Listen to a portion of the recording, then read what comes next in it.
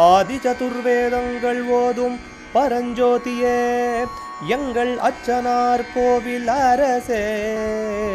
நம்புவோர்க்கு உபகாரி என்பதில் இவரன்றியில் நாட்டில் ஓர் தெய்வம் யார்கான்.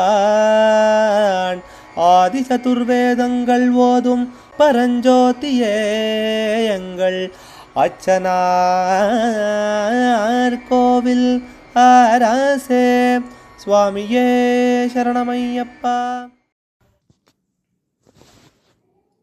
அச்சங்கோவில் அரசே சரணமையப்பா. பகவானுடைய 211வது நாமா திருப்பெயர் வேத நிதையே நமஹ. வேதம் அப்படிங்கிறதுக்கு ஒரு பொக்கிஷமாக உள்ளவன், வேதமான பொக்கிஷமாகவே உள்ளவன். வேதம் வேத நிதி பொக்கிஷமானவன்.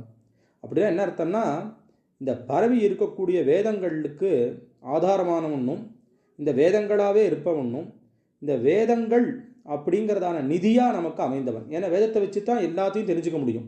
அதனுடைய பேரே அறியப்படுவதுங்கிற அர்த்தத்தில் தான் இருக்குது. அதனால் பகவானே வேதஸ்வரூபனாக இருக்கார், அதுவும் நிதியாக இருக்கார், எல்லாம் குறையாமல் எடுத்துக்கிறதுக்கு. ஏன்னா வேதசாஸ்திரங்கள்லேருந்து தான் எல்லா விதமான உபவேதங்கள், ஆயுர்வேதம், காந்தர்வ வேதம், தனுர்வேதம் இதெல்லாம் ஏற்பட்டது. இதை வச்சு தான் தர்மசாஸ்திரங்கள் ஏற்பட்டது. இதை வச்சு தான் புராணங்கள். இப்படி ஒன்றோடொன்று அப்படியே தொடர்பாக வந்துட்டு இருக்கிறதுக்கு ஆதாரமாக ஒன்று வேணுமே, அது வேதம். அந்த வேத ரூபமாகவே இருக்கக்கூடியவர் சுவாமி பகவானே. நாம் பக்தினாலையும் வித்மஹே அறிகிறோம் அப்படின்னு சொல்லி சொன்னால் அதற்கு வேதமே ஆதாரமாக இருக்கிறதுனால எல்லாத்துக்கும் ஆதாரமான வேத நிதியாக இருக்கக்கூடியவர், வேதம்ங்கிற பொக்கிஷமாக இருக்கக்கூடியவர் அப்படின்னு இந்த நாமாவானு தெரிவிக்கிறது. அச்சங்கோவில் அரசே சரணமையும். அச்சனார் கோவில் அரசே. சுவாமியே சரணமையப்பா.